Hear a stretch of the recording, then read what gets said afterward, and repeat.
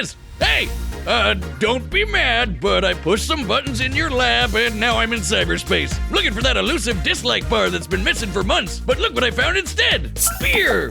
Okay, not real beer, it's a bunch of emojis! Listen up, this is crazy! Did you know the Death Battle channel offers memberships for less than $3? I know, it's a steal! Members get exclusive badges, live streams, behind-the-scenes videos, members-only live chat, and over 20 unique emojis! All you gotta do is click the join button and you're in the club!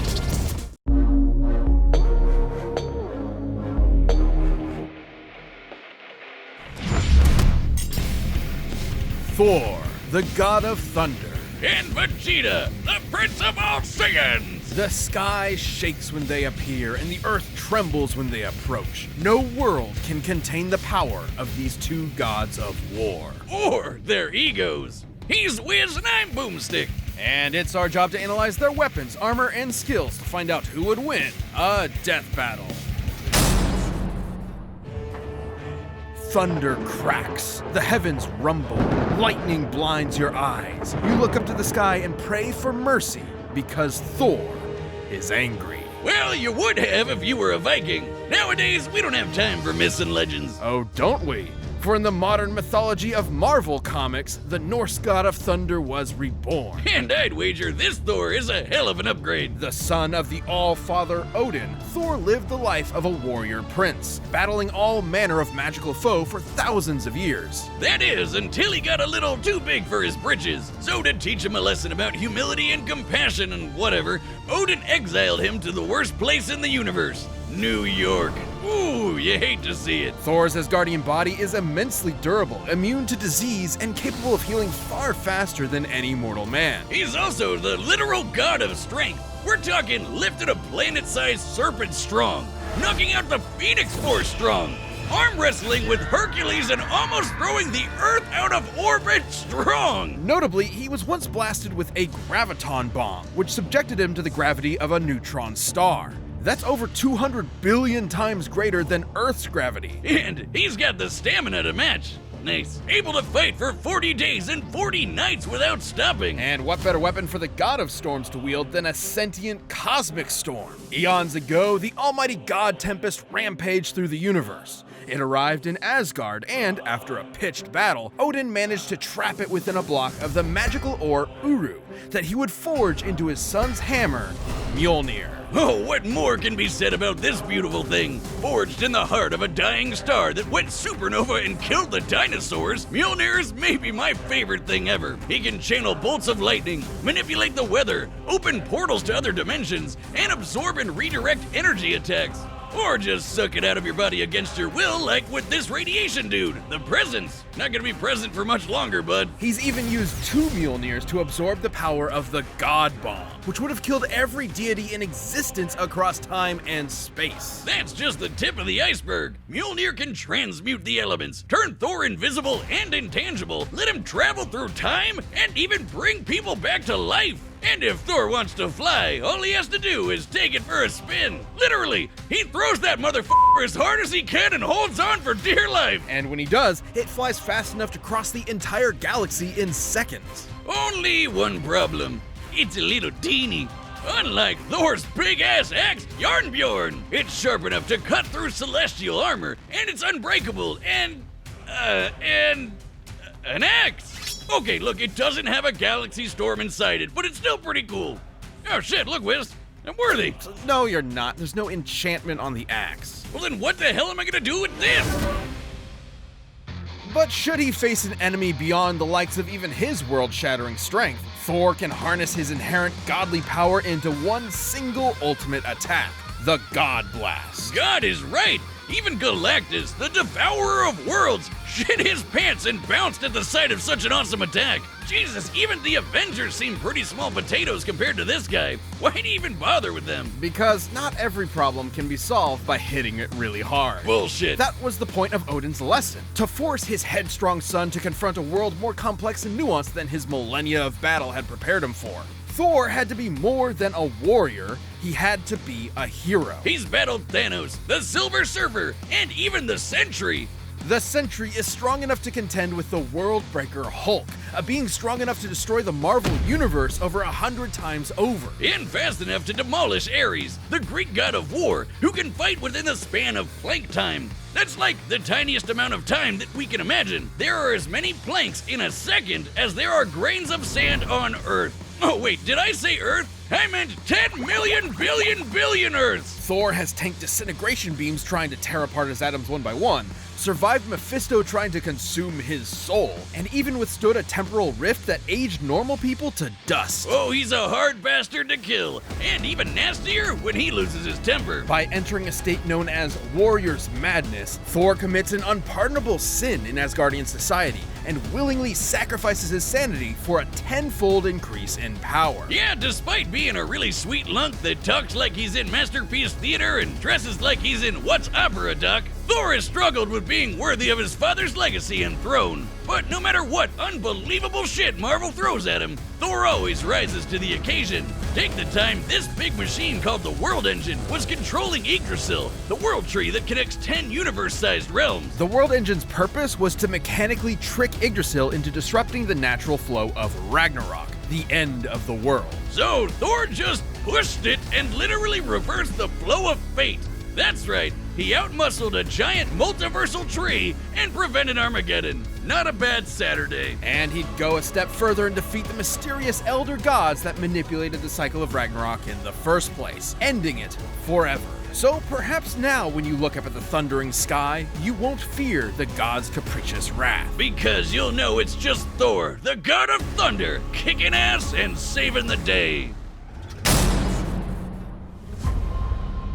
Planet Vegeta, home to the bloodthirsty warrior race known as the Saiyans, and named for their mighty leader, King Vegeta. Noting the Saiyans' proficiency in genocide, the alien emperor King Cold and his son Frieza contracted them to be their personal hit squad, conquering worlds in their name. But when Frieza felt these monkeys were getting a bit too uppity for their own good, he nuked them in their whole planet. The king was dead, leaving his young son, the Prince Vegeta, alone. Burning with a grudge against Frieza for wounding his ancestral pride, Vegeta awaited the moment he could extract his revenge. As one of Frieza's former top enforcers, Veggie was trained from birth to be one of the greatest warriors in the universe. It helps that planet Vegeta had a gravity 10 times greater than that of Earth's, making his natural physiology significantly stronger and more durable than a human's. As in, making the whole friggin' Earth shake just by throwing hands. And like all Saiyans, Vegeta can harness his ki, or inner life force, as a physical energy to make him even stronger, faster, and tougher than that. Or literally shoot it at your opponent to blow him to kingdom come. That's right, Vegeta can point and click a planet out of existence with his soul. Man, that's hardcore. He can use ki to fly at faster than light speeds, slice you to pieces with an energy blade, and even hold you in place with energy rings. So, let's be real. Vegeta's favorite attacks can be summed up with Big Ass Laser. He's got the purple Big Ass Laser, two-handed Big Ass Laser, rapid fire Big Ass Laser, exploding ball Big Ass Laser, and fucking omnidirectional your ass is grass Big Ass Laser. Though I gotta say, my favorite is the mouth wide open vomit Big Ass Laser. Though that's more of a Nappa thing. Kinda like this. Impressive ki mastery, Boomstick. It hurts when I breathe. Vegeta's most terrifying ability, however, is the one inherent to his Saiyan biology. Whenever a Saiyan survives a life or death struggle, their power increases exponentially. That's what Frieza was so terrified of, the Saiyan's infinite evolutionary potential. So it's no wonder Vegeta eventually toppled the alien tyrant with the help of another surviving Saiyan, Kakarot. And with Frieza's defeat at the hands of this Earthbound Super Saiyan, Vegeta had a new rival and a new goal. Become blonde! No battle required. Vegeta can harness the rage of his Saiyan heritage and transform into a Super Saiyan 2, and a Super Saiyan 2! But try as he might, Vegeta struggled to keep up with Goku's ever-increasing power. I guess it doesn't help that Veggie is maybe the single cockiest bastard to ever have existed. Yeah, sure, dude, let Cell become perfect. Nah, we'll be fine. Hope your spine is doing alright. Dumbass. Though Vegeta did manage to accomplish something that even Goku couldn't do on his own, becoming a god. Once he and Goku met the god of destruction Beerus, they had a whole new lineup of martial artists to conquer, with some angelic training to boot. With Spirit Fission, Vegeta can forcibly absorb an opponent's ki with every strike. And he even learned Goku's patented instant transmission, allowing him to teleport huge distances. But most importantly, with God Ki, he can go even further beyond and become a Super Saiyan God. A Super Saiyan God Super Saiyan, and a Super Saiyan God Super Saiyan Evolved. His power got completely insane. The dude was strong enough to destroy the Room of Spirit and Time, an entirely separate dimension, just by powering up. When Goku fought Beerus, he nearly destroyed the universe. And that was the very first time he ever went Super Saiyan God. Considering we've measured Dragon Ball's Universe 7 to be up to 13 times bigger than our own, he'd need to be punching with that much more energy to bust it. And since the shockwaves of their punches traveled across the universe in seconds, Goku would have had to be punching that fast too. And that's not accounting for Vegeta's training in various exponential transformations. When an amount of power is measured by how many universes it can destroy, that power itself becomes incomprehensible. Oh, we're not done. Vegeta can tap into the same monstrous energy Beerus has, destruction energy. And when he does, he can perform Hakai and erase your ass from existence entirely. It erases you physically, spiritually, and even temporally, as in it wipes you from time itself. Such is the might of a god of destruction. For when Vegeta wants to go one step beyond, he seizes that very power. He becomes a warrior fueled only by lust for battle. He becomes Ultra Ego. If Vegeta's head wasn't big enough before, his Widow's Peak probably has its own zip code by now. As the offensive counterpart to Goku's Ultra Instinct, Ultra Ego Vegeta is a veritable juggernaut, able to absorb any hits that come his way and return them even stronger. It's wild this guy has a Napoleon complex. He's one of the biggest badasses ever to exist. In a way, failing to beat Goku was probably the best thing for him. Vegeta's whole life was spent rebelling against the humiliation of his race, trying to prove his worth by being the best. By contrast, Goku's self-improvement was never stunted by his ego and insecurities. In realizing that, Vegeta became more than a fighter, but a husband and a father as well, willing to sacrifice himself for what mattered most. And Vegeta got a taste of that himself when he hooked up with Bulma for some Super Saiyan sexy time. Getting to beat Frieza's golden ass probably didn't hurt either. He may not always win, but he'll never be put down for long. So be sure to practice your groveling, because this is one prince you don't want to piss off. All right, the combatants are set. We've run the data through all possibilities. It's time for a death battle!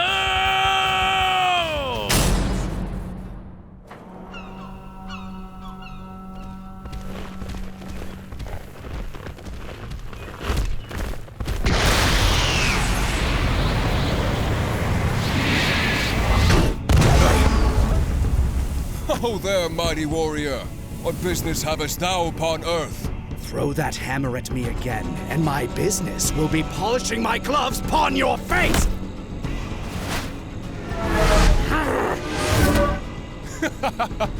Didst that count?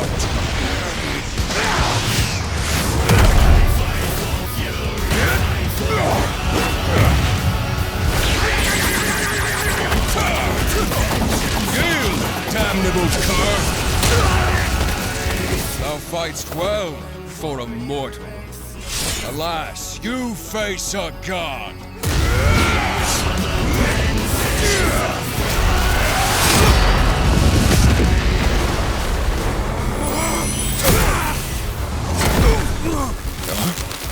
I have evolved beyond gods.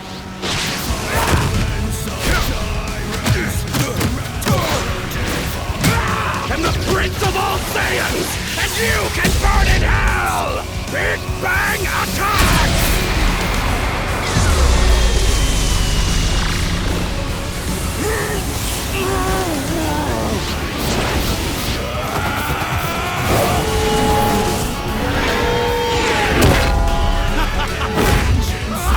Thou art unworthy!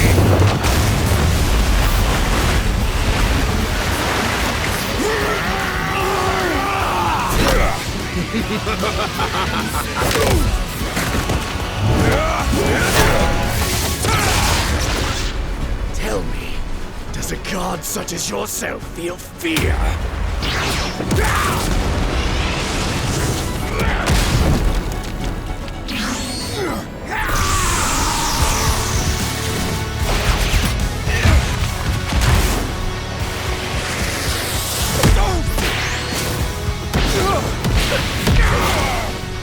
No fear, only thunder!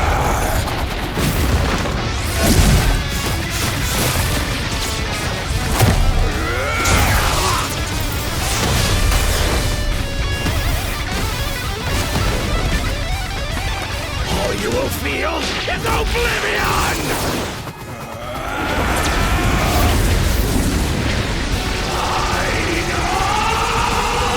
Feel heaven's wrath!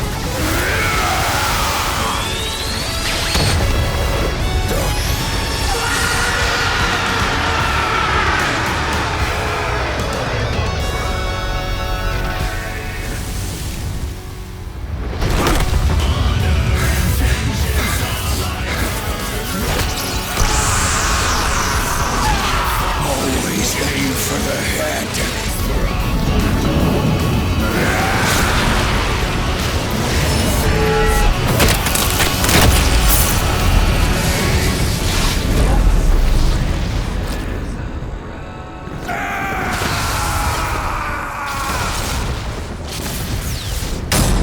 KO! Oh, I get it. Thor won because he's a natural blonde. Despite Vegeta's immense power and tenacity, the God of Thunder had him outmatched in several key areas. First off, the big one, who was stronger. Despite being up against the God of Strength, Vegeta actually matched up pretty closely with Thor. Both could output power far in excess of destroying a single universe. It's always tough to get an exact number for Dragon Ball Super's most powerful characters, but we can combine the size of Universe 7 with multipliers from Vegeta's transformations to get a rough estimate. It's important to note that Ultra Ego's power boost has never been stated, but we do know that Super Saiyan Blue Goku and Super Saiyan Blue Vegeta were roughly even in power. When Goku applied a Kaioken times 20 boost to fight Jiren, Vegeta kept up after going Blue Evolved, implying that both increases in power are roughly the same increase. Similarly, Blue Vegeta matched base Top, and needed Blue Evolve to keep up with Top's God of Destruction form, which is extremely similar to Ultra Ego in theme and purpose. Given this is the best current example of a measurable form akin to Ultra Ego, we can assume that Ultra Ego's boost in power, at least initially,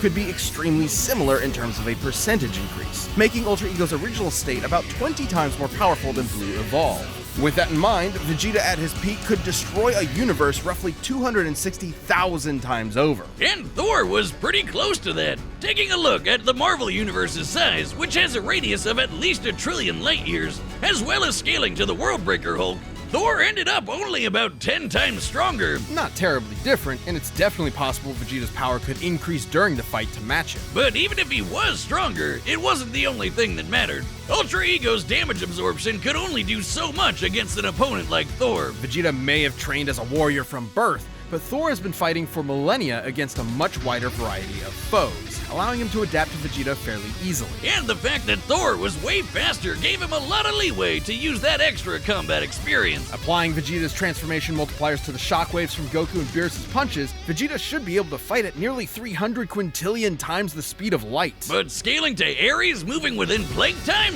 Thor would be over 70 quadrillion times faster. More than fast enough to avoid Vegeta's key attacks, and even more importantly, absorb all of them with Mjolnir.